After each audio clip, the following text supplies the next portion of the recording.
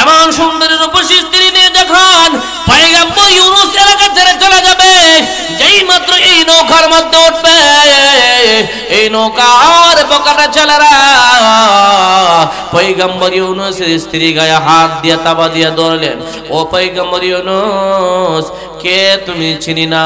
কোথায় যাচ্ছ এটা আমার দেখার বিষয় নয়, কিন্তু আমাদের বাদশার আদেশ হলো সুন্দরী রূপসী নারী নিয়ে যদি কেউ এই নৌকায় ওঠে তাহলে সর্বপ্রথম এই নারীকে আমার বাদশার কাছে পৌঁছাইতে হয়। যদি না পৌঁছায় এই বাদশা আমাদের গর্দান থেকে মাথা আলাদা করে দিবে। সুতরাং তোমার স্ত্রীকে দিয়ে দিতে হবে। এমনিতেই পয়গম্বর সুলাইমান পয়গম্বর ইউনূস আলাইহিস সালাম ওনার স্ত্রীকে নিয়ে টানাটানি আরম্ভ করে দিল। ওই বকার ছেলেরা টানাটানি আরম্ভ করে দিল। ওই বকাটা ছেলেরা ডাক দিয়ে বলে, ও পয়গম্বর ইউনূস, তোমার স্ত্রীকে যদি তুমি ভালো ভালোই না দাও তাহলে তোমাকে আঘাত করা হবে, তোমার সন্তানদেরকে মেরে ফেলা হবে। এই কথা যখন বলল, এই কথা শোনার পর স্ত্রী বলতেছে, হে আমার প্রাণের স্বামী, আপনি আমাকে ছেড়ে দেন। যদি আমাকে নিয়ে টানাটানি করেন, আমাকে বাঁচানোর চেষ্টা করেন, আপনাকেও মেরে ফেলবে, আমার সন্তানদেরকে মেরে ফেলবে। সুতরাং আমাকে ছেড়ে দিন, আমাকে আল্লাহর হাওলা করে ছেড়ে দিন। কার হাওলা করে ছেড়ে দিন? আল্লাহর হাওলা করে ছেড়ে দিন, আল্লাহর জিম্মায় ছেড়ে দিন।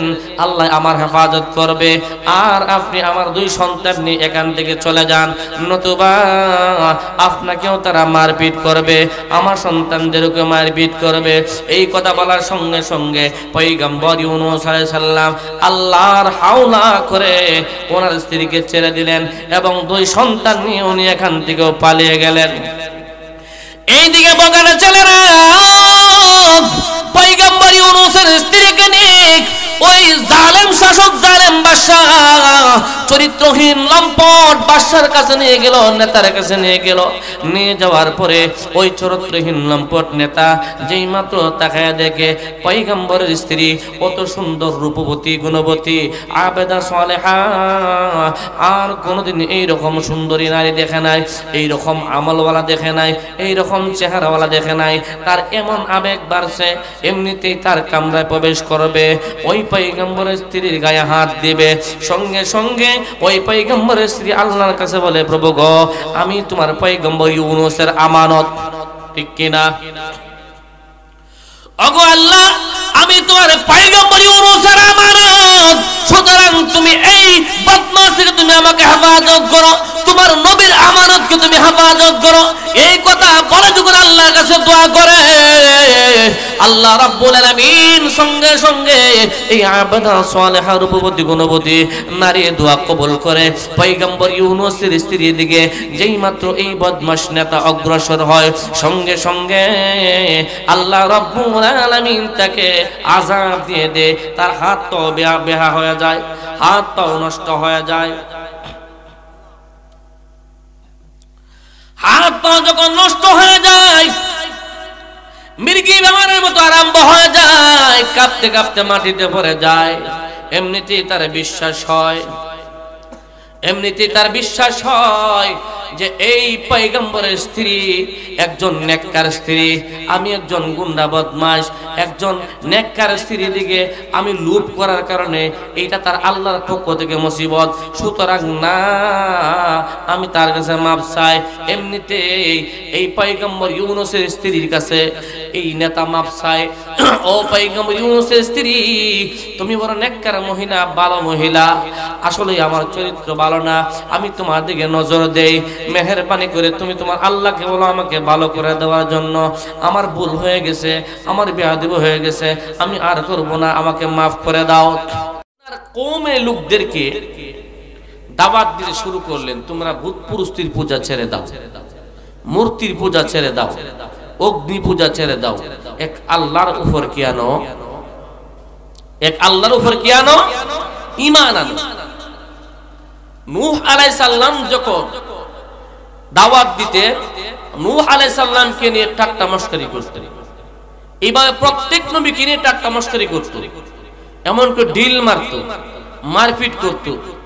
কথা কোন ঠিক কিনা? ঠিক ইউনূস আলাইহিস সালামকেও তারা নিয়ে ঠাট্টা মশকরি করতে শুরু করলো, এমনকি ঢিল মারতে শুরু করলো, মারপিট করতে শুরু করলো। ইউনূস আলাইহিস সালাম 1 বছর নয় 2 বছর নয়, মতান্তরে 40 বছর যাবত তার কওমের দ্বারে দ্বারে ঘুরে দাওয়াত দিলেন। একটা মানুষ ঈমান আনলো না, বরং উল্টা আরো মারপিট করবে। এই মারপিট, এই জুলুম এখন পর্যন্ত চালু আসেনি? আছে না নাই? সেই ইউনূস আলাইহিস সালামের উত্তরসূরি, নবীর যুগের আবু জেহেলের উত্তরসূরি, আবু লাহাবের উত্তরসূরি, উতবা সাইবার উত্তরসূরি এখনো আছে না নাই? আছে। কারা এরা?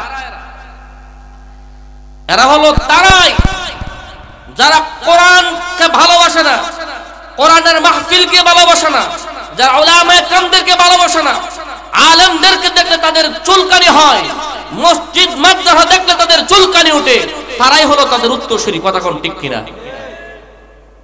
সুতরাং উত্তরসূরিরাও থাকবে, আর এদের দাঁত ভাঙার জন্য আল্লাহ পাক যুগে যুগে একদল লোকও রাখবে। কথা কোন ঠিক কিনা? তাই আজকের এই মাহফিল থেকে পরিষ্কার ঘোষণা করতে চাই, যারা কোরআন হাদিসের মাহফিল পছন্দ করে না, মসজিদ মাদ্রাসা পছন্দ করে না, মাদ্রাসার ছাত্রদেরকে দেখলে তাদের চুলকায়, মাদ্রাসা নিয়ে যারা প্রতিহিংসা করে, মাদ্রাসায় যারা সদকা খেরাত করতে চায় না, মসজিদে যারা দান খয়রাত করতে চায় না, যারা আলেমদেরকে দেখলে চুলকায়, তাদেরকে পরিষ্কার বলে দিতে চাই, তোমাদের সময় শেষ, আর তোমাদের সময় নাই। উলামায়ে কেরামদেরকে দেখে, মসজিদ মাদ্রাসাকে দেখে তোমরা তামাশা করবে না। যদি তামাশা করো তাহলে উলামায়ে কেরাম এখন একতাবদ্ধ হয়ে গেছে, পিঠের চামড়া তুলে ফেলবে। কথা কোন ঠিক কিনা? সম্মানিত হাজিরিন, এই রকমের একদল আছে যে চান্দা করলে এদের গায়ে চুলকানি ওঠে। কথা কোন ঠিক কিনা? এটা আজকে নয়, শুধু এটা আম্বিয়া কেরামের যুগ থেকে। তারা যখন দ্বীনের দাওয়াত দিতেন, দাওয়াত গ্রহণ না করে উল্টা তাদেরকে মারতেন। কথা কোন ঠিক কিনা? ঠিক পয়গম্বর ইউনূস আলাইহিস সালাতু ওয়াস সালাম ওনার কওমের লোকদেরকে দাওয়াত দিতেন। ইব্রাহিম আলাইহিস সালাম ওনার কওমের লোকদেরকে দাওয়াত দিতেন। ওনার কওমের লোকেরা, ইব্রাহিম আলাইহিস সালামের কওমের মধ্যে ছিল নমরুদ। কে ছিল? নমরুদ। সেই নমরুদ ইব্রাহিম আলাইহিস সালামকে গ্রেফতার করে একটা জেলখানা নিক্ষেপ করছে এবং একটা ক্ষুধার্ত বাঘ দিয়ে দিছে যেন ইব্রাহিমকে খেয়ে ফেলে। নাউজুবিল্লাহ বলবেন না? কিতাবের মধ্যে লেখা। আকে লুতফে খেশরা ইজহার কর, বাখলি লশনারে রা গুলজার কর। আকে লুতফে খেশরা ইজহার কর, বাখলি লশনারে রা গুলজার কর। সুয়ে ও খস মে কে তীরন্দাখতা, পশাই কারশ কিফায়ত সাখতা। ইব্রাহিম আলাইহিস সালাম স্বীয় কওমকে যখন বললেন, হে কওমের লোকেরা, এই সমস্ত মূর্তির পূজা ছেড়ে দাও, অগ্নির পূজা ছেড়ে দাও, বুত পুরস্তির পূজা ছেড়ে দাও, আমার আল্লাহর উপর ঈমান আনো। নমরুদ যখন এই কথা শুনলো, সঙ্গে সঙ্গে তার মাথার মধ্যে ঘুরতে শুরু করলো, ইব্রাহিম যদি আমার কওমের লোকদেরকে তার আল্লাহর দিকে ডাকে, তার আল্লাহর দিকে আহ্বান করে, তার খোদার দিকে আহ্বান করে, আমার কওমের লোকেরা যদি ইব্রাহিমের আল্লাহর উপর ঈমান আনে, একদিন আমি নমরুদের রাজত্ব ধ্বংস হয়ে যাবে। সুতরাং না, আমি বেঁচে থাকতে ইব্রাহিমকে সফল হতে দেব না, ইব্রাহিমকে আমি বাধা প্রদান করব। কিভাবে ইব্রাহিমকে ধ্বংস করা যায়?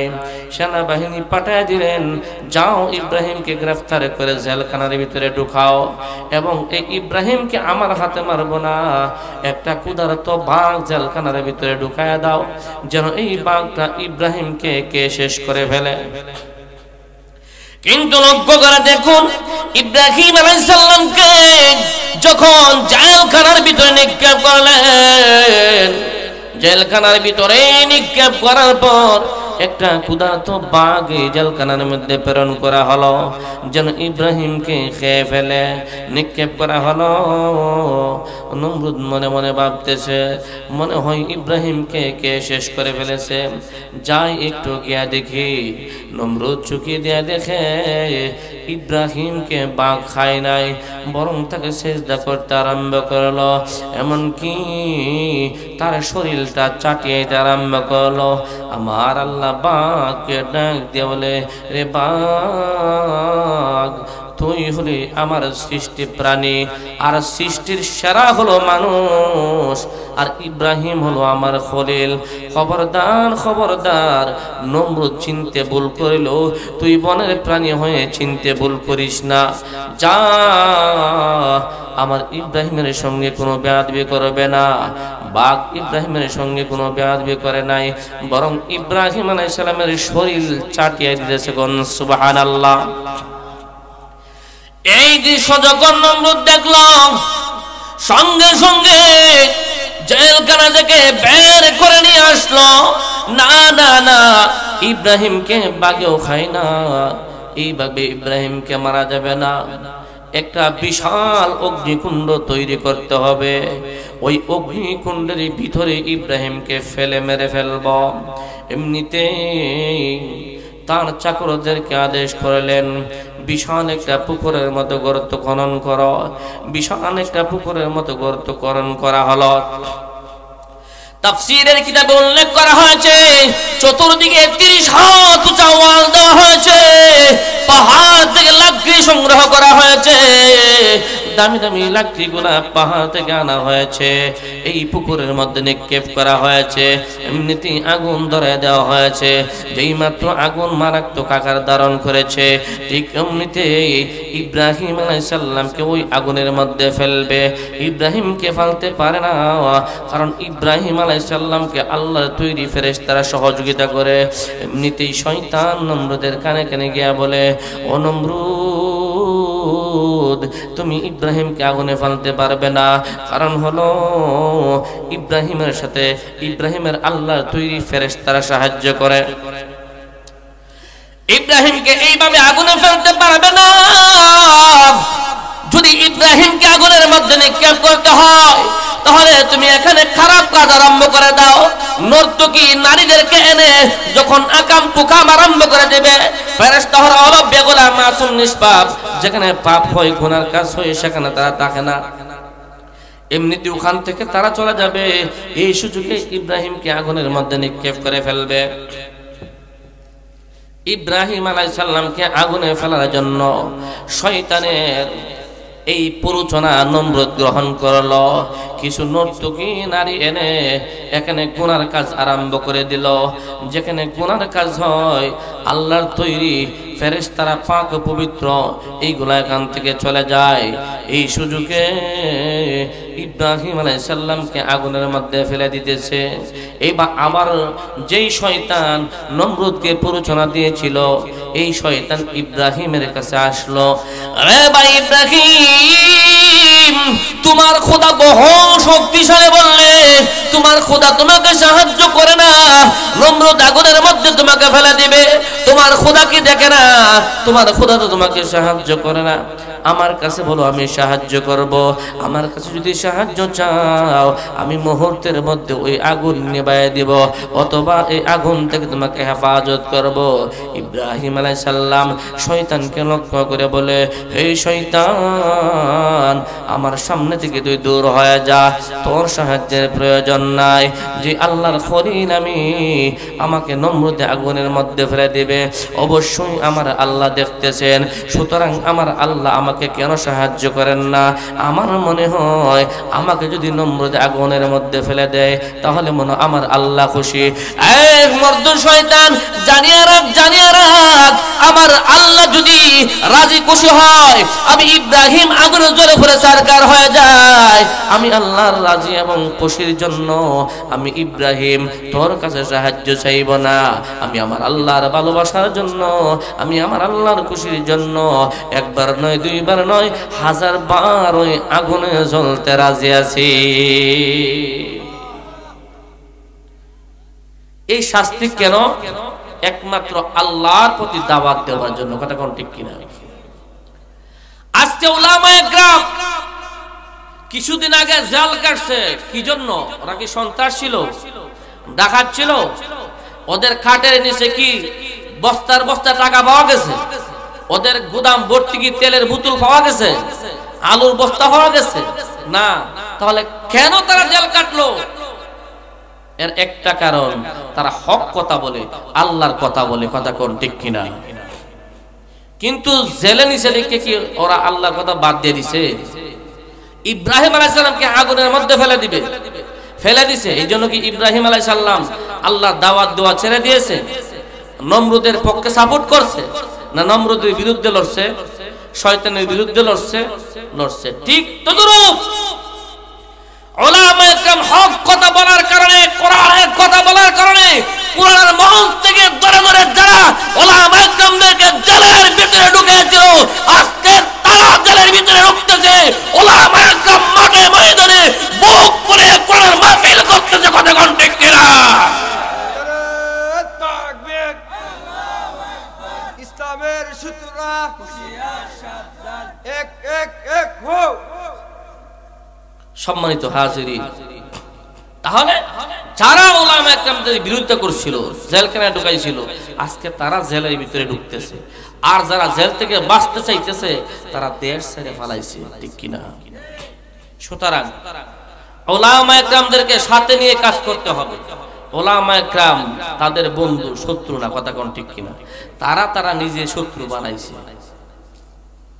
সম্মানিত হাজিরিন, এটা শুধু এখন না, আম্বিয়া কেরামের যুগ থেকেই চলে আসছে। তো ইব্রাহিম আলাইহিস সালামকে আগুনের মধ্যে ফেলে দিছে। আল্লাহ পাক রব্বুল আলামিন কি দেখতেছেন, কি দেখতেছেন না? দেখতেছেন। দেখে ইব্রাহিম কি আল্লাহর কাছে সাহায্য চায় নাকি নমরুদের কাছে মাথা নত করে, শয়তানের কাছে মাথা নত করে? এটা হলো আল্লাহর একটা পরীক্ষা। তো উলামায়ে কেরামদেরকে জেলের ভিতরে ঢুকাইছে, উলামায়ে কেরামদেরকে অবমাননা, উলামায়ে কেরামদেরকে হেয় প্রতিপন্ন। এটা আল্লাহ পাকের পরীক্ষা। দেখে উলামায়ে কেরাম বাতিলের কাছে মাথা নত করে কিনা। ঠিক কিনা? কিন্তু যারা হক্কানি উলামায়ে কেরাম, তারা কোনদিন বাতিলের কাছে মাথা নত করে নাই, কিয়ামত পর্যন্ত বাতিলের কাছে মাথা নত করবে না। কথা কোন ঠিক কিনা? বরং যখন যেইভাবে বাতিল আসবেন তাদেরকে ধ্বংস করার জন্য, ইসলামকে মুছে দেওয়ার জন্য, কোরআনের মাহফিলকে বন্ধ করার জন্য তাৎক্ষণিক সেইভাবে আল্লাহ পাক রব্বুল আলামিন এক যা উলামায়ে কেরাম তাদের দাঁত ভাঙা জবাব দেওয়ার জন্য তৈরি করে দিবেন। যে উলামায়ে কেরাম মায়ের কাছ থেকে বিদায় নিয়ে কাপড়ের কাপড় মাথায় বেঁধে কোরআনের ইজ্জত রক্ষার্থে, আল্লাহ রাসূলের ইজ্জত রক্ষার্থে মাঠে ময়দানে ঝাঁপিয়ে পড়তে একটা মুহূর্ত দেরি করে না। কথা কোন ঠিক কিনা? সম্মানিত হাজিরিন, ইব্রাহিম আলাইহিস সালামকে আগুনের মধ্যে ফেলে দিবে। ঠিক এই মুহূর্তে আল্লাহ কি দেখতেছেন, কি দেখতেছেন না? দেখতেছেন। আল্লাহ পাক কি হেফাজত করতে পারবেন কি পারবেন না? পারবেন। দেখেন আল্লাহ পাক কিভাবে হেফাজত করছেন। যেই মাত্র ইব্রাহিম আলাইহিস সালামকে আগুনের মধ্যে ফেলে দিবে, আগুনের মধ্যে ফেলে দিতেছে, আল্লাহ রাব্বুল আলামিন সঙ্গে সঙ্গে কোরআনের আয়াত নাযিল করে আগুনকে জানায় দিলেন, قُلْنَا يَا نَارُ كُونِي بَرْدًا وَسَلَامًا عَلَى إِبْرَاهِيمَ। হে আগুন, তুমি আমার ইব্রাহিমের জন্য শান্তিদায়ক ঠান্ডা হয়ে যাও। কিতাবের মধ্যে উল্লেখ করা হয়েছে উক্ত আগুনের মধ্যে হযরত ইব্রাহিম আলাইহিস সালাম 40 দিন অবস্থান করেন। কোন সুবহানাল্লাহ! কতদিন অবস্থান করছেন? কতদিন? 40 দিন অবস্থান করছেন। সম্মানিত হাজিরিন, আমি ওই দিকে যাইতেছি না, ওই দিকে গেলে আমার সময় শেষ হয়ে যায়। আলোচনা করতেছিলাম ইউনূস আলাইহিস সালাতু ওয়াস সালাম, ঠিক তদ্রূপ তার কওমদেরকে দ্বীনের দাওয়াত দিতেছেন, আল্লাহর প্রতি আহ্বান করতেছেন। হে আমার কওমের লোকেরা, এক আল্লাহর উপর ঈমান আনো। এই সমস্ত মূর্তির পূজা, বুত পুরুষের পূজা, অগ্নির পূজা ছেড়ে দাও। কথা কোন ঠিক কিনা? কিন্তু ইউনূস আলাইহিস সালাতু ওয়াস সালামের কওমের লোকেরা ইউনূস আলাইহিস সালামকে মারতে শুরু করলো।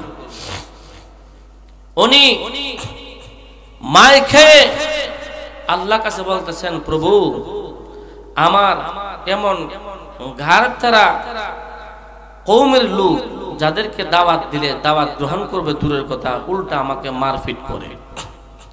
ওগো আল্লাহ, যেই জাতি তোমার নবীকে চিনে না, তোমার দাওয়াত দেওয়া পরে তোমার নুন খাইয়া তোমার নিমুখ হারামে করে, নাফরমানি করে, তোমার উপরে ঈমান আনে না, উল্টা আরো গালিগালাজ করে, আল্লাহ এই জাতি দুনিয়াতে বেঁচে থাকার দরকার নাই, তুমি এদেরকে ধ্বংস করে দাও। আল্লাহ পাক বললেন, হে ইউনূস, আমি কি তাদেরকে ধ্বংস করে দেব? যে আল্লাহ ধ্বংস করে দেন, যাও ওদেরকে জানায় দাও শেষবারের মতো, ওরা যেন আমার উপর ঈমান আনে। যদি ঈমান না আনে তাহলে আমি আল্লাহ পাক আকাশ থেকে আযাব পাঠিয়ে দিব।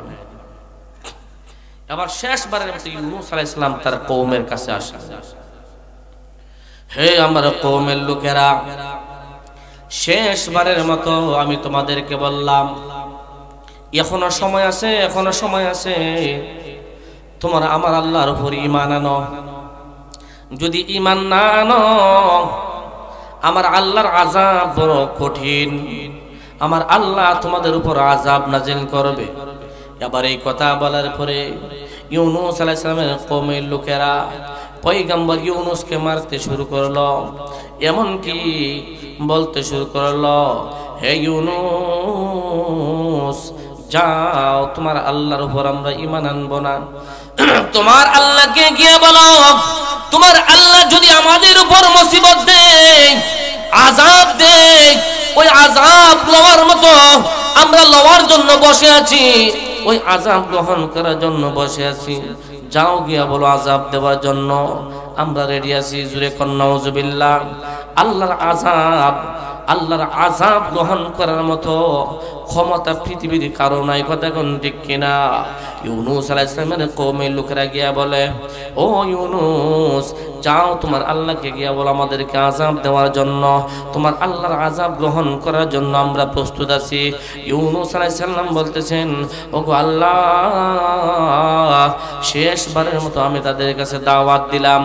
দাওয়াত দেওয়ার পর তারা বলতেছে, হে পয়গম্বর ইউনূস, যাও তোমার আল্লাহর কাছে গিয়া বলো তোমার আল্লাহর উপর আমরা ঈমান আনবো না। তোমার আল্লাহ যে আমাদেরকে মুসিবতের মধ্যে ফেলাইবেন, আমাদেরকে আযাব দিবেন, ওই আযাব লওয়ার জন্য আমরা রেডি আছি। যাও গিয়া বলো আযাব দিতে। ওগো আল্লাহ, আমাকে মারপিট করে, গালিগালাজ করে আমি সহ্য করি, কিন্তু যখন এই কথাগুলো বলল, যাও তোমার আল্লাহকে গিয়ে বল আমাদেরকে আযাব দেওয়ার জন্য, ওগো আল্লাহ, এটা আপনার সঙ্গে মোকাবেলার কথা হয়ে যায়। এই কথাগুলো বলার পরে আমি আর সহ্য করতে পারি নাই। প্রভু গো, সত্যি সত্যি আযাব দিয়ে ধ্বংস করে দিন। আল্লাহ রাব্বুল আলামিন জানায় দিলেন, হে পয়গম্বর ইউনূস, যাও তোমার কওমের লোকদেরকে বলে দাও, হে আমার কওমের লোকেরা, অপেক্ষা করো, অচিরেই তোমাদেরকে আল্লাহর পক্ষ থেকে আযাবে গ্রেফতার করবে। ইউনূস আলাইহিস সালাম তার কওমের লোকদেরকে বললেন, হে আমার কওমের লোকেরা, অপেক্ষা করো, অচিরেই অল্প সময়ের ভিতরে আল্লাহর পক্ষ থেকে তোমাদের উপর আযাব আসবে। আর পয়গম্বর ইউনূস জানেন আল্লাহ পাক যেটা বলেন সত্য, আল্লাহ পাক আযাব দিয়ে দিবেন। এই জন্যই পয়গম্বর ইউনূস এই আযাবের খবর তার কওমের লোকদেরকে জানায় দিলেন, এবং আযাব আসবে এটা সত্য। পয়গম্বর ইউনূস আলাইহিস সালাম ওই আযাব থেকে বাঁচার জন্য দৌড়াইয়া বাড়িতে গেলেন। বাড়িতে গিয়ে ওনার স্ত্রীকে নিলেন, এমনকি ওনার সন্তানদেরকে নিলেন, ওনার স্ত্রীকে সঙ্গে নিলেন, দুইটা সন্তানকে সঙ্গে নিলেন। ইউনূস আলাইহিস সালাম তাদেরকে নিয়ে এই এলাকা ত্যাগ করতে শুরু করলেন। না জানি কখন আসমান থেকে আযাব চলে আসবে। যদি এক ঘরে পাপ করে 40 ঘরে বুক করতে হয়। যদি তুফান আসে তাহলে উঁচা গাছও লাগে না, নিচা গাছও লাগে। কথা কোন ঠিক কিনা? যদি বন্যা আসে, যার দান একজনের দান নেয় না, মাঠে যতজনের দান আছে সবার দান লয়ে যায়, ঠিক কিনা? সুতরাং আল্লাহর পক্ষ থেকে যখন আযাব আসবে, সারা এলাকা ধ্বংস হয়ে যাবে। এই আযাব থেকে বাঁচতে হবে। এই আযাব থেকে বাঁচার জন্য পয়গম্বর ইউনূস আলাইহিস সালাতু ওয়াস সালাম ওনার সন্তানকে এবং ওনার স্ত্রীকে সঙ্গে নিয়ে এই এলাকা ত্যাগ করতে শুরু করলেন। দ্রুত ত্যাগ করতেছেন, যদি আযাব এসে যায় তাহলে ওনারা ধ্বংস হয়ে যাবে। কিন্তু যে আল্লাহ রাব্বুল আলামিন আযাব দিবেন, ওই আল্লাহ পাক আযাব থেকে রক্ষা করার ক্ষমতা আছেনি। যে আল্লাহ পাক আযাব দেয়, ওই আল্লাহর আযাব থেকে বাঁচাবার ক্ষমতা আছেনি? আছে। পয়গম্বর ইউনূস আলাইহিস সালাতু ওয়াস সালাম উনি ভাবতেছেন যে আমার কওমের লোক ধ্বংস হয়ে যাবে, আমার এলাকায় যখন আযাব আসবে তাহলে আমি যদি থাকি তাহলে আমিও তো ধ্বংস হয়ে যাব। সুতরাং এরা না ফরমান হেরা মরুক, আমি মরতাম কেন? আমি আমার জান লইয়া আমি এলাকা ত্যাগ করি, অন্য এলাকায় চলে যাই। কিন্তু পয়গম্বর ইউনূস আলাইহিস সালাম আল্লাহর কাছে এই কথা বলেন না যে আল্লাহ তুমি যে আমার এলাকায় আযাব দিবা, এই এলাকায় তো আমার বাড়ি ঘর আছে, আমার স্ত্রী আছে, আমার সন্তানাদি আছে, আমাদের কি অবস্থা হবে? কথা কোন ঠিক কিনা? অবশ্যই অবশ্যই আল্লাহ পাক ওনাদেরকে রাস্তা বলে দিতেন। কথা কোন ঠিক কিনা? কারণ নূহ আলাইহিস সালাম যখন আল্লাহর কাছে বদ্ধ করেছিল, আল্লাহ এই মানুষদের ধারে ধারে ঘুরিয়ে আমি দাওয়াত দিলাম, এরা আমাকে পাথর মারে, গালি দেয়, এই জাতির বাঁচিয়া থাকার দরকার নাই, আপনি এদেরকে আযাব দিয়ে ধ্বংস করে দেন। আল্লাহ আযাব দিছলনি? দিছলনি? দিছিল। এরপরে নূহ আলাইহিস সালাম আল্লাহর কাছে বলছিল, আল্লাহ তুমি যে আমার কওমদেরকে আযাব দিয়ে ধ্বংস করে দিবা, আমার কি উপায় হবে? যারা আমার আহলে হাল আছে, আমার কওম যারা আমাকে মানে, যারা ঈমান আনছে, তাদের কি অবস্থা হবে? আল্লাহ পাক বলছিল তুমি কিস্তি তৈরি করো। ঠিক কিনা? ঠিক তদ্রূপ ইউনূস আলাইহিস সালাম যদি আল্লাহর কাছে বলতেন, অবশ্যই আল্লাহ পাক ওনাকে একটা রাস্তা বলে দিতেন, কিন্তু উনি আল্লাহর কাছে বলেন নাই। শুধু এতটুকুর কারণে আল্লাহর কাছে না বলে উনি নিজে নিজে এই এলাকা ত্যাগ করলেন।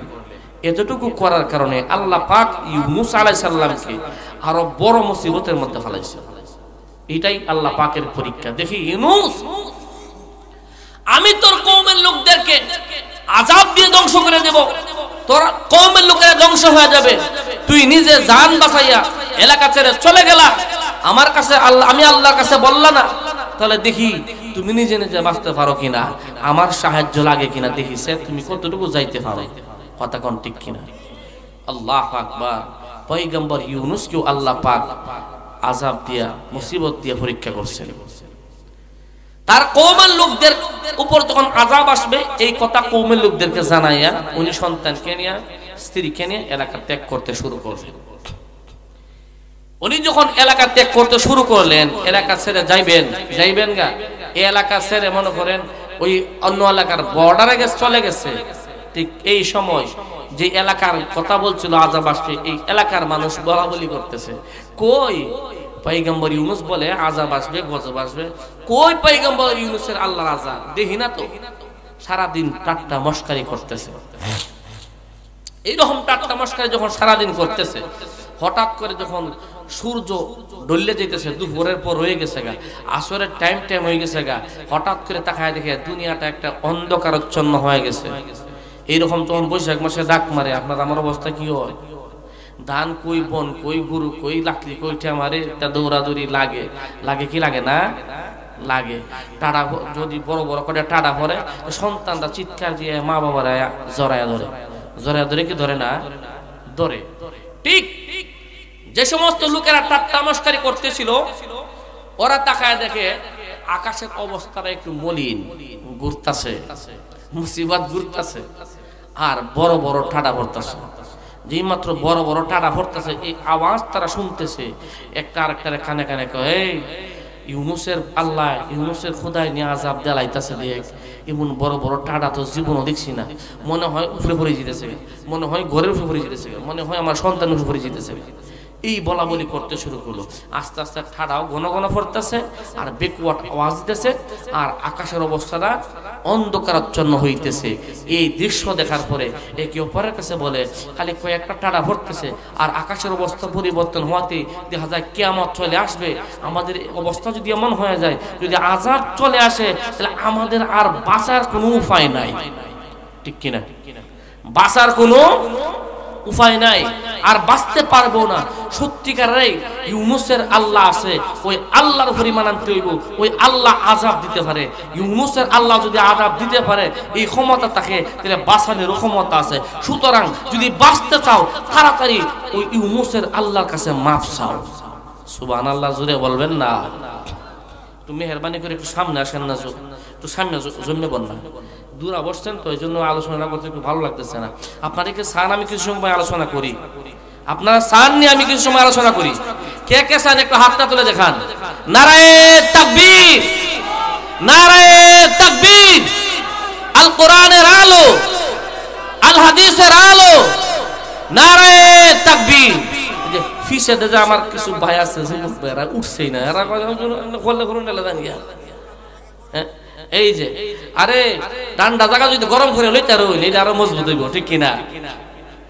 জিকির করি লা ইলাহা, মেহরবানি করে সামনে আসেন, আসেন না সামনে, সামনে আসেন। লা ইলাহা ইল্লাল্লাহ, লা ইলাহা, লা ইলাহা ইল্লাল্লাহ, লা ইলাহা। আসমান জমিন চাঁদ সিতারা, অপরূপ সুন্দর বিশ্ব সেরা। পাহাড় পর্বত নদী নালা, করিয়াছেন সৃষ্টি আল্লাহ তাআলা। লা ইলাহা, লা ইলাহা ইল্লাল্লাহ, লা ইলাহা, লা ইলাহা ইল্লাল্লাহ মুহাম্মাদুর রাসূলুল্লাহ সাল্লাল্লাহু আলাইহি ওয়াসাল্লাম। এবার এই পয়গম্বর ইউনূসের কওমের লোকেরা একে অপরের কাছে বলতে শুরু করলো যে আকাশের অবস্থা এত ভয়ঙ্কর, অন্ধকার হয়ে যাচ্ছে, যদি আযাব চলে আসে, আমাদের মাল সম্পদ বাদ দিলাম, আমাদের এই সন্তানদের কিনা আমরা কোথায় যাব? আমরা তো ধ্বংস হয়ে যাব। সুতরাং আমরা ওই পয়গম্বর ইউনূসের আল্লাহর কাছে আমরা মাফ চাই, যেন আমাদেরকে এই আযাব থেকে হেফাজত করেন। আমরা ওই পয়গম্বর ইউনূসের খোদার উপর আমরা ঈমান আনব। জোরে কোন সুবহানাল্লাহ। যেই মাত্র দেখতেছে আকাশের অবস্থা বিবর্ণ হয়ে গেছে, বড় বড় ডানা পড়তে শুরু করলো, বেকুয়াট আওয়াজ দিতে শুরু করলো। ঠিক এই মুহূর্তে কওমের লোকেরা একে অপরকে ডাক দিয়ে বলে, কওমের লোকেরা রে, হে ভাই তাকে দেখ, পয়গম্বর ইউনূস সত্যিকারে তার আল্লাহ আছে, তার আল্লাহ আযাব পাঠিয়ে দিয়েছে, এখনো সময় আছে, আমরা তওবা করি, তার আল্লাহর উপর ঈমান আনি, মাফ চাই। যদি আল্লাহর কাছে মাফ চাই, অবশ্যই পয়গম্বর ইউনূসের আল্লাহ আমাদেরকে মাফ করে দেবেন। এই বলে তারা চিৎকার আরম্ভ করে দিল, ও পয়গম্বর ইউনূসের খোদা, আমরা তোমার উপর ঈমান আনলাম, মেহেরবানি করে আমাদেরকে মাফ করে দাও। অন্যায় করেছি, অপরাধ করেছি, ভুল করে ফেলেছি, পয়গম্বর ইউনূসের দাওয়াত আমরা গ্রহণ করি নাই, বরং পয়গম্বর ইউনূসকে আমরা মারপিট করেছি, মহা অন্যায় করে ফেলেছি। ও পয়গম্বর ইউনূসের খোদা, মেহেরবানি করে আমাদেরকে মাফ করে দাও, আর ভুল করব না, আর অন্যায় করব না, আর অপরাধ করব না। ও পয়গম্বর ইউনূসের খোদা, মেহেরবানি করে মাফ করিয়া দাও, এই আযাব আমাদের উপর থেকে সরায়া নাও, এই আযাব সহ্য করার মতো ক্ষমতা আমার নাই। এই মাত্র এইভাবে কান্নাকাটি আরম্ভ করে দিল, চিৎকার আরম্ভ করে দিল, মহিলারাও চিৎকার আরম্ভ করে দিল, পুরুষরাও চিৎকার আরম্ভ করে দিল, ছোট ছোট মাসুম বাচ্চারাও কান্নাকাটি করতে আরম্ভ করে দিল।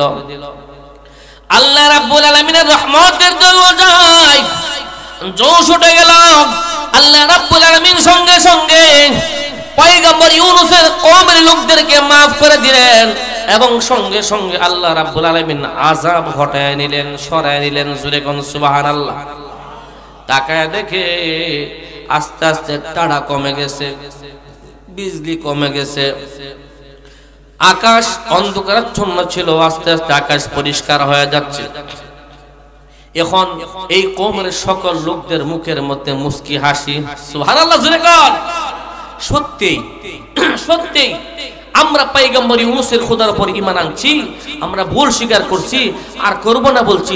দেখ সত্যি ওই দেখ আযাব চলে গেছে, ওই দেখ গজব চলে গেছে, টাটা চলে গেছে, অন্ধকারাচ্ছন্ন দূর হয়ে গেছে। সত্যিই পয়গম্বর ইউনূসের খোদা সত্যি মহান, সত্যি মহান। আর ভূতের পূজা করব না, অগ্নি পূজা করব না, মূর্তির পূজা করব না। যতদিন বেঁচে থাকবো পয়গম্বর ইউনূসের খোদার কদমে পায়ে সাজদা করব। জোরে কোন সুবহানাল্লাহ। এই মাত্রই আযাব শেষ। আল্লাহু আকবার। এখন তারা একে অপরকে বলা বলি করতে শুরু করল, হাই রে এই পয়গম্বর ইউনূস আমাদের দ্বারা দ্বারে ঘুরে কত মার খাইলো, কত গালি গালা শুনলো, শোনার পর আমাদেরকে দাওয়াত দিল, আমাদের পিছু ছাড়লো না। এখন তাড়াতাড়ি চলো, পয়গম্বর ইউনূস কোথায় আছে? আমরা যে মারে মারছি পয়গম্বর ইউনূসকে, আমরা পয়গম্বর ইউনূসের কাছে গিয়া মাফ চাই। কথা কোন ঠিক কিনা? পয়গম্বর ইউনূস কি এলাকাতে আছে না গেছে গা? গেছে গা বর্ডার। কই গেছে? বর্ডারে চলে গেছে, অর্থাৎ এই এলাকা ত্যাগ করবে, অন্য দেশে চলে যাবে। আল্লাহর কাছে সাহায্য চাইছে? চাই নাই। আল্লাহর কাছে আশ্রয় চাই নাই, উনি নিজে চলে গেছে। আল্লাহ পাক রব্বুল আলামিন ইউনূস আলাইহিস সালামের যাওয়া দেখে রাগান্বিত হলেন। রাগান্বিত হয়ে এই কোরআনের আয়াত নাজিল করলেন,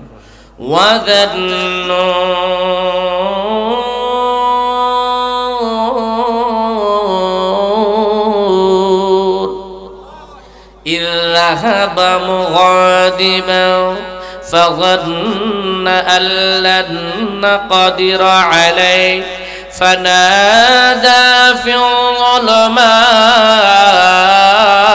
الظلمات أن لا إله إلا أنت سبحانك إني كنت من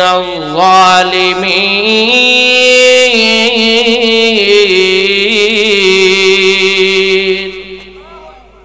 আল্লাহ রাব্বুল আলামিন রাগান্বিত হয়ে গেলেন, হে পয়গম্বর ইউনূস আমার কাছে বললে না, আমি তো তোমার বাঁচার ব্যবস্থা করে দিতাম, কিন্তু আমার কাছে না বলে তুমি নিজে নিজেই তোমার স্ত্রীকে নিয়ে সন্তানদেরকে নিয়ে বাঁচার জন্য চলে যাচ্ছ। দেখি তুমি কিভাবে বাঁচো। আমি আল্লাহ পাক আমি তোমাকে মুসিবতের মধ্যে ফেলাইব, দেখি তোমাকে কে বাঁচায়। আমি আল্লাহর কাছে কেন বললে না? পয়গম্বর ইউনূস আল্লাহর কাছে সাহায্য না চাওয়ার কারণে আল্লাহ পাক পয়গম্বর ইউনূসের পিছনে মুসিবত দিয়া দিলেন। যেই মাত্র পয়গম্বর ইউনূস ওই বর্ডার পাড়ি দিবে, এই বর্ডার পাড়ি দিতে হলে আপনাদের এখানে আসতে নদী আসেনি, নৌকা লাগছেনি, এইরকম বিশাল নদী নৌকা দিয়ে পার হতে হয়। যেই মাত্র এই নৌকার মধ্যে গিয়া উঠে এলাকা ত্যাগ করে অন্য এলাকায় চলে যাবে, যেই মাত্র নৌকায় উঠবে, ওই নৌকা যেই দেশের সরকারের, যেই দেশের লিডারের, যেই দেশের নেতা চালায়, ওই নেতার আদেশ হলো এই নৌকার মধ্যে যদি কোনো সুন্দরী রূপসী নারী উঠে আগে বাদশার কাছে নিয়ে যাওয়া লাগে। নাউজুবিল্লাহ কইবেন না, মুসিবত আইসা পড়ছে নি। উনি ওনার স্ত্রীকে সন্তানকে বাঁচানোর জন্য এলাকা ছেড়ে চলে যাচ্ছে। আল্লাহ পাক মুসিবত দিয়ে দিছে, দিহি তুই বাঁচার জন্য যাইতেছস, আমি আল্লাহ পাক মুসিবত দিলাম, দিহি তুই কেমনে বাঁচাস, তোরে খেয়ে বাঁচাই দেখি, ঠিক কিনা? তাহলে হর হালতে, হর হামেশা, হরদম আমরা কার কাছে সাহায্য চাইব? মুসিবত আসলে কি আমরা ধৈর্য হারা হয়ে যাব না ধৈর্য ধারণ করব? কিভাবে করব? নামাজ এবং সবরের মাধ্যমে ধৈর্য ধারণ করব। এবং সাহায্য কার কাছে চাইব? নিজে নিজে বাচ্চা চাইতাম? হ্যাঁ, আল্লাহু আকবার। পয়গম্বর ইউনূস যেই মাত্র বাঁচার জন্য এই নৌকায় উঠবে, ঠিক এই মুহূর্তে ওই বাদশার বকাটে ছেলেরা, গুন্ডা বাহিনী, বদমাশ ছেলেরা পয়গম্বর ইউনূসের সুন্দর স্ত্রীর গায়ে হাত দিল। জানিয়ে রাখুন, যেই যুগে আল্লাহ পাক যেই নবী পাঠাইবেন সবচেয়ে সুন্দর বানায়া পাঠাইবেন, যেই যুগে আল্লাহ পাক যেই নবী পাঠাইবেন সবচেয়ে জ্ঞানী বানায়া পাঠাইবেন, যেই যুগে আল্লাহ পাক যেই নবী স্ত্রী পাঠাইবেন সবচেয়ে বড় সুন্দরী আমলি আবাদা সালেহ হিসেবে পাঠাইবেন। ঠিক কিনা? ঠিক তদ্রূপ ইউনূস আলাইহিস সালাম আল্লাহর নবী ছিলেন। পয়গম্বরের স্ত্রী কতটুকু নেককার স্ত্রী হতে পারে, কতটুকু সুন্দর হতে পারে, কথা কোন? এমন সুন্দরী রূপসী স্ত্রী নিয়ে যখন পয়গম্বর ইউনূস এলাকা ছেড়ে চলে যাবে, যেই মাত্র এই নৌকার মধ্যে উঠবে, এই নৌকার বকাটা ছেলেরা পয়গম্বর ইউনূসের স্ত্রী গায়ে হাত দিয়ে তাবা দিয়ে ধরলেন। ও পয়গম্বর ইউনূস, কে তুমি? চিনি না। কোথায় যাচ্ছ এটা আমার দেখার বিষয় নয়, কিন্তু আমাদের বাদশার আদেশ হলো সুন্দরী রূপসী নারী নিয়ে যদি কেউ এই নৌকায় উঠে তাহলে সর্বপ্রথম এই নারীকে আমার বাদশার কাছে পৌঁছাইতে হয়। যদি না পৌঁছায় এই বাদশা আমাদের গর্দান থেকে মাথা আলাদা করে দিবে। সুতরাং তোমার স্ত্রীকে দিয়ে দিতে হবে। এমনিতেই পয়গম্বর সুলাইমান, পয়গম্বর ইউনূস আলাইহিস সালাম ওনার স্ত্রীকে নিয়ে টানাটানি আরম্ভ করে দিল। ওই বকাটা ছেলেরা টানাটানি আরম্ভ করে দিল। ওই বকাটা ছেলেরা ডাক দিয়ে বলে, ও পয়গম্বর ইউনূস, তোমার স্ত্রীকে যদি তুমি ভালো বলে না দাও তাহলে তোমাকে আঘাত করা হবে, তোমার সন্তানদেরকে মেরে ফেলা হবে। এই কথা যখন বলল, এই কথা শোনার পর স্ত্রী বলতেছে, হে আমার প্রাণের স্বামী, আপনি আমাকে ছেড়ে দেন। যদি আমাকে নিয়ে টানাটানি করেন, আমাকে বাঁচানোর চেষ্টা করেন, আপনাকেও মেরে ফেলবে, আমার সন্তানদেরকে মেরে ফেলবে। সুতরাং আমাকে ছেড়ে দিন, আমাকে আল্লাহর হাওলা করে ছেড়ে দিন। কার হাওলা করে ছেড়ে দিন? আল্লাহর হাওলা করে ছেড়ে দিন, আল্লাহর জিম্মায় ছেড়ে দিন। আল্লাহ আমার হেফাজত করবে, আর আপনি আমার দুই সন্তান নিয়ে এখান থেকে চলে যান, নতুবা আপনাকেও তারা মারপিট করবে, আমার সন্তানদেরকে মারপিট করবে। এই কথা বলার সঙ্গে সঙ্গে পয়গম্বর ইউনূস আলাইহিস সালাম আল্লাহর হাওলা করে ওনার স্ত্রীকে ছেড়ে দিলেন এবং দুই সন্তান নিয়ে উনি এখান থেকে পালিয়ে গেলেন। এইদিকে বকাটা ছেলেরা পয়গম্বর ইউনূসের স্ত্রীকে নিয়ে ওই জালেম শাসক, জালেম বাদশা, চরিত্রহীন লম্পট বাদশার কাছে নিয়ে গেল, নেতার কাছে নিয়ে গেল। নিয়ে যাওয়ার পরে ওই চরিত্রহীন লম্পট নেতা যেই মাত্র তাকায় দেখে পয়গম্বরের স্ত্রী কত সুন্দর, রূপবতী, গুণবতী, আবেদা সালেহা, আর কোনোদিন এইরকম সুন্দরী নারী দেখে নাই, এইরকম আমলওয়ালা দেখে নাই, এইরকম চেহারাওয়ালা দেখে নাই। তার এমন আবেগ বাড়ছে, এমনিতেই তার কামরায় প্রবেশ করবে, ওই পয়গম্বরের স্ত্রীর গায়ে হাত দিবে। সঙ্গে সঙ্গে ওই পয়গম্বরের স্ত্রী আল্লাহর কাছে বলে, প্রভু গো, আমি তোমার পয়গম্বর ইউনূসের আমানত। ঠিক কিনা? ওগো আল্লাহ, আমি তোমার পয়গম্বর ইউনূসের আমানত, সুতরাং তুমি এই বদমাশ থেকে তুমি আমাকে হেফাজত করো, তোমার নবীর আমানতকে তুমি হেফাজত করো। এই কথা বলে যখন আল্লাহর কাছে দোয়া করে, আল্লাহ রাব্বুল আলামিন সঙ্গে সঙ্গে এই আবেদা সালেহা, রূপবতী, গুণবতী নারী দোয়া কবুল করে পয়গম্বর ইউনূসের স্ত্রীর দিকে যেই মাত্র এই বদমাশ নেতা অগ্রসর হয়, সঙ্গে সঙ্গে আল্লাহ রাব্বুল আলামিন তাকে আযাব দিয়ে দেয়। তার হাত তো বেহা হয়ে যায়, হাত পাও নষ্ট হয়ে যায়। হাত পা যখন নষ্ট হয়ে যায়, মির্গি বেমারের মতো আরম্ভ হয়ে যায়, কাঁপতে কাঁপতে মাটিতে পড়ে যায়। এমনিতেই তার বিশ্বাস হয়, এমনিতেই তার বিশ্বাস হয় যে এই পয়গম্বরের স্ত্রী একজন নেককার স্ত্রী, আমি একজন গুন্ডা বদমাশ, একজন নেককার স্ত্রীর দিকে আমি লুপ করার কারণে এইটা তার আল্লাহর পক্ষ থেকে মুসিবত। সুতরাং না, আমি তার কাছে মাপ চাই। এমনিতেই এই পয়গম্বর ইউনূসের স্ত্রীর কাছে এই নেতা মাপ চায়। ও পয়গম্বর ইউনূসের স্ত্রী, তুমি বড় নেককার মহিলা, ভালো মহিলা, আসলে আমার চরিত্র ভালো না, আমি তোমার দিকে নজর দেই, মেহেরবানি করে তুমি তোমার আল্লাহকে বলো আমাকে ভালো করে দেওয়ার জন্য। আমার ভুল হয়ে গেছে, আমার বেয়াদবি হয়ে গেছে, আমি আর করব না, আমাকে মাফ করে দাও। পয়গম্বরের স্ত্রী এই কথা শোনার পর মনে মনে ভাবলো, মনে হয় আল্লাহ পাক যদি তাকে ভালো করে দেয়, মনে হয় আর এই সমস্ত কাজ করবে না। কিন্তু না, যেই মাত্র আল্লাহর কাছে বলে আল্লাহ তোমার বান্দাকে ভালো করে দাও, ভালো করে দেয়, ঠিক ভালো হয়ে যায়নি, আবারও ওই স্ত্রীর দিকে সে আক্রমণ করতে চায়, আবারও আল্লাহর পক্ষ থেকে মুসিবত আসে। এইভাবে মির্গি বা মারার মতো হয়ে যায়, জমিনের মধ্যে ভরা যায়, কাঁপতে আরম্ভ করে, খেসতে আরম্ভ করে। এইভাবে একবার নয়, দুইবার নয়, তৃতীয়বার পয়গম্বর স্ত্রীকে ডাকতে বলে, হ্যাঁ ইউনূস নবীর পয়গম্বরের স্ত্রী, আমি আবারও তোমার কাছে বলতেছি, আমি আর নাফরমানি করব না, তোমার দিকে লোভ করব না, মেহেরবানি করে তুমি আমাকে ক্ষমা করে দাও, তোমার আল্লাহকে বলো আমাকে যেন ভালো করে দেয়। পয়গম্বরের স্ত্রী আবার বুঝতে পারলেন না, এর চরিত্র কখনো ভালো হবে না, আবার যদি আমার আল্লাহকে ভালো করে দেয় আবারও আমার দিকে আক্রমণ করার চেষ্টা করবে। সুতরাং না, যতক্ষণ না পর্যন্ত আমার আল্লাহ আমার স্বামীকে আমার কাছে আসার ব্যবস্থা না করে দিবে, ততক্ষণ পর্যন্ত সে এইভাবেই থাক। আর না এতে আমার স্বামী আসতে দেরি হইলে হ্যাঁ আসার চেষ্টা করবে, ঠিক কিনা?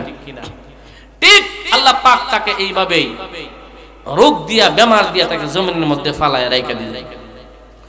অপর দিক দিয়ে পয়গম্বর ইউনূস তার দুই সন্তানকে নিয়ে যেই মাত্র এখান থেকে চলে যাবে, অন্য দিক দিয়ে চলে গেছে, অন্য ঘাট দিয়ে বের হবে, গিয়া দেখে এই নদীর পানি শুকনা, মাঝখানে পানি আছে, কিছু বালু হাঁটতে যাওয়া লাগে। নদীর সর ভরে কি ভরে না?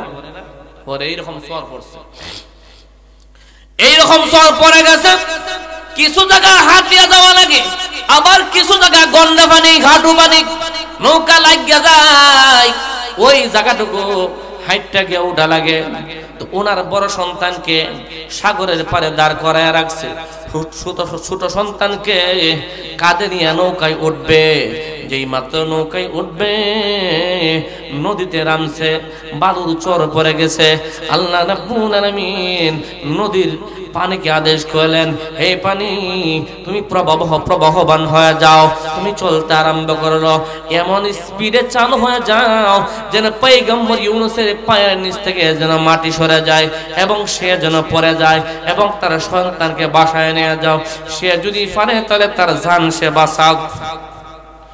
আল্লাহ পাক আদেশ করার সঙ্গে সঙ্গে এই নদীর পানি চালু হয়ে গেছে, পয়গম্বর ইউনূসের পায়ের নিচ থেকে মাটি সরে গেছে, পয়গম্বর ইউনূস নদীর মধ্যে পড়ে গেছে। সন্তান বাঁচাইবে নাকি নিজের জীবন বাঁচাইবে, ওই হতাশ হয়ে গেছে।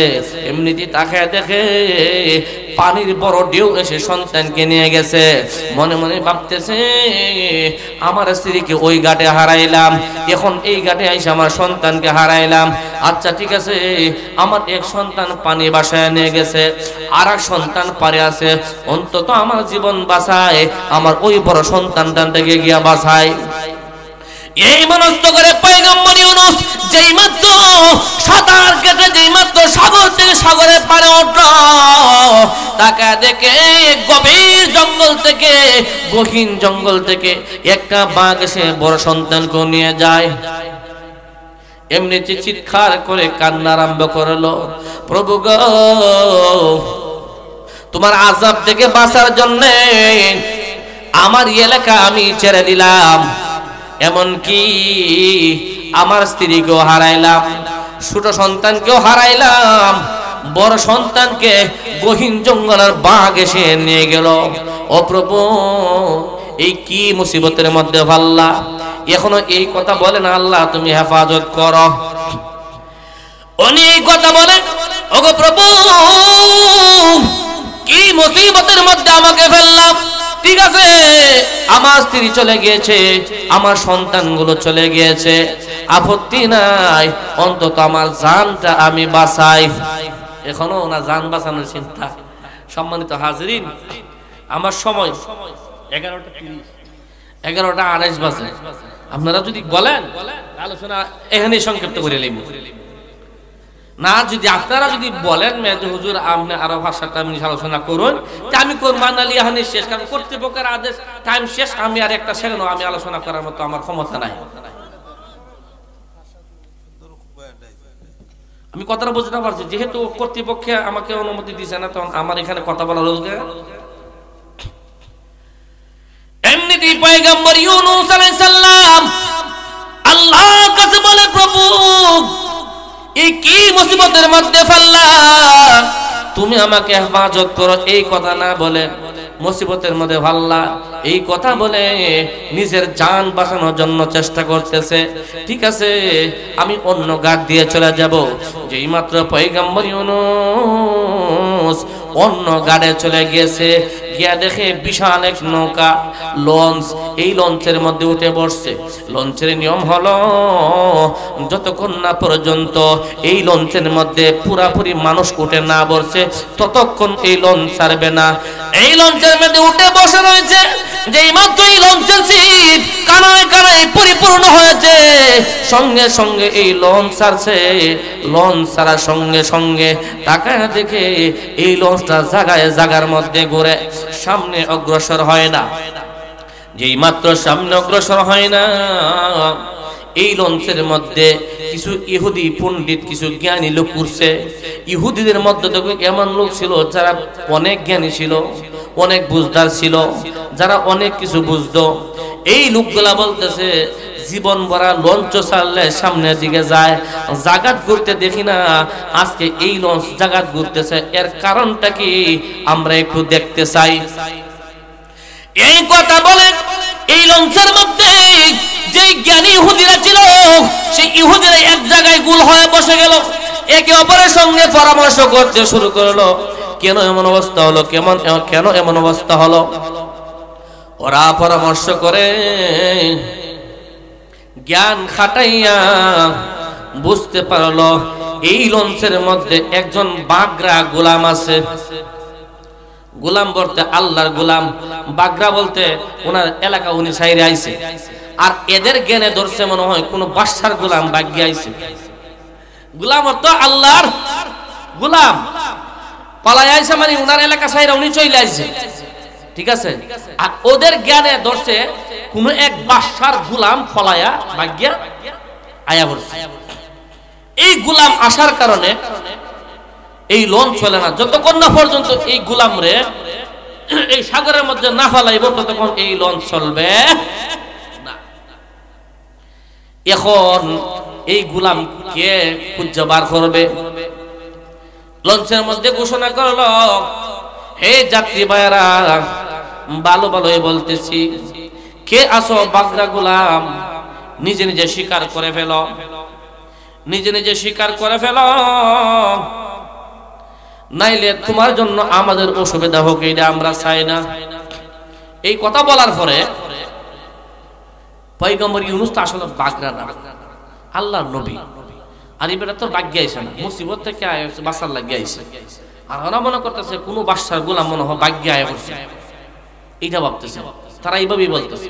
তো পয়গম্বর ইউনূস বলতেছেন, আমি বাগিয়ে আইছি, আমি গোলাম, অর্থাৎ আল্লাহ গোলাম। যদি তো তারা বুঝেন ইহুদি মানুষ, আমি গোলাম, আমি আমার দেশ থেকে বাগিয়ে আইছি।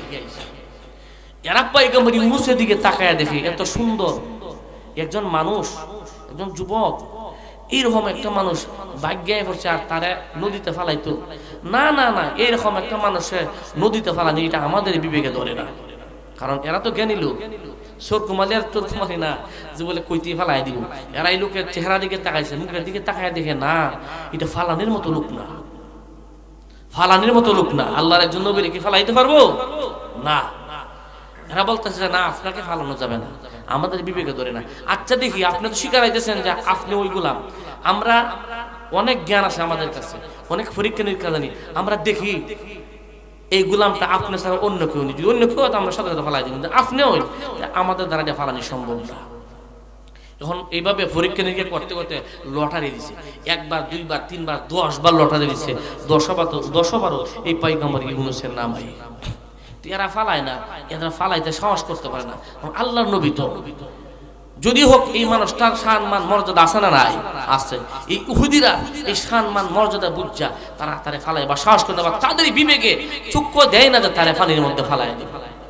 10 বার যখন তার নাম চলে আসছে শেষবারের মতো, তারা বলতেছে ও গোলাম 10 বার পরীক্ষা দিলাম, লটারি দিলাম, তোমার নাম নিয়ে আসে, তখন তুমি আর আমাদের উপর কোনো আপত্তি রাখো না, আমরা তোমার বাঁচানোর জন্য যথেষ্ট চেষ্টা করছি, যদি তুমি ছাড়া অন্য কেউ হইতো এতক্ষণে লাভ দিয়ে দাদা ফালাই দিতাম, কিন্তু তুমি হওয়ার কারণে আমরা ফালাইতে পারি না, কিন্তু এখন বারবার যখন তোমার নাম আসে এখন আর আমাদের পক্ষে সম্ভব না আর তোমাকে টিকায় রাখা, তোমার যদি এনে বসায় রাখি আর লঞ্চ চলবে না, এমন আছে লঞ্চ সহ গায়ে বয়ে যেতে পারে, সুতরাং না না না আমাদের উপর তুমি কোনো মন খারাপ করো না, সুতরাং তোমার আমরা ফালাই দেব। এই কথা বলে পয়গম্বর ইউনূস স্বেচ্ছায় বলতেছেন ঠিক আছে, আমি একার জন্য তোমরা অত লোক মারা যাবে এটা আমি চাই না, আমাকে ফেলে দাও তোমরা। পয়গম্বর ইউনূস নিজেই বলতেছে, বলার সঙ্গে সঙ্গে পয়গম্বর ইউনূসকে এই বাহিনী ধরে, এই গানি লোকরা ধরে চাক্কা দিয়ে নদীতে ফেলে দিছে। কেন মধ্যে ফেলে দিছে? নদীতে ফেলে দিছে। নদীতে ফেলে দেওয়ার সঙ্গে সঙ্গে একটা বিশাল তিমি মাছ আইসা পয়গম্বর ইউনূস আলাইহিস সালামকে খেয়ে ফেলেছে। পয়গম্বর ইউনূস আলাইহিস সালামকে যখন মাছে খেয়ে ফেলছে, এখন পয়গম্বর ইউনূস তাকায় দেখে লঞ্চ থেকে তাকে ওনাকে পানির মধ্যে ফেলে দিয়েছে, আবার তিমি মাছে খেয়ে ফেলছে, বাঁচার আর কোনো উপায় নাই, এখন আর কোনো দিকে যাইতে পারবে না। এখন আল্লাহর কথা স্মরণ হয়েছে, এখন আল্লাহর কাছে চায় আল্লাহ তুমি আমারে বাঁচাও। সুবহানাল্লাহ বলবেন না?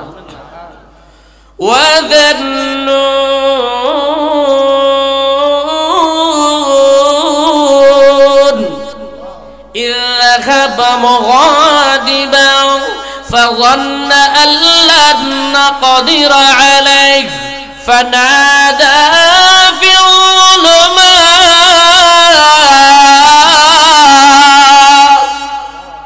أن لا إله إلا أنت سبحانك إني كنت من الظالمين।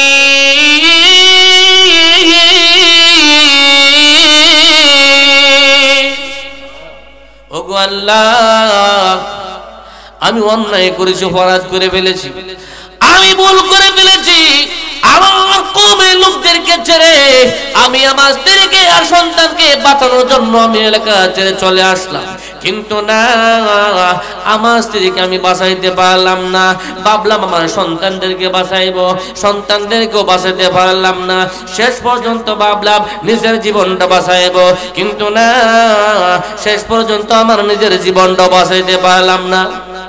প্রভু গো এখন আর আমার যাওয়ার আর কোনো জায়গা নাই, চাওয়ারও আর কোনো জায়গা নাই, একমাত্র তোমার দরবারে আমাকে চাইতে হবে। ওগো প্রভু আমি ভুল করেছি, অন্যায় করেছি, অপরাধ করেছি, মেহেরবানি করে এই মাছের গহীন পেট থেকে তুমি আমাকে হেফাজত করো। সুবহানাল্লাহ। আল্লাহ রাব্বুল আলামিন বলে, হ্যাঁ পয়গম্বর ইউনূস আমি তোমার কওমের লোকদেরকে আমি আযাব দিয়েছিলাম, আমি তোমার কওমের লোকদেরকে ধ্বংস করব।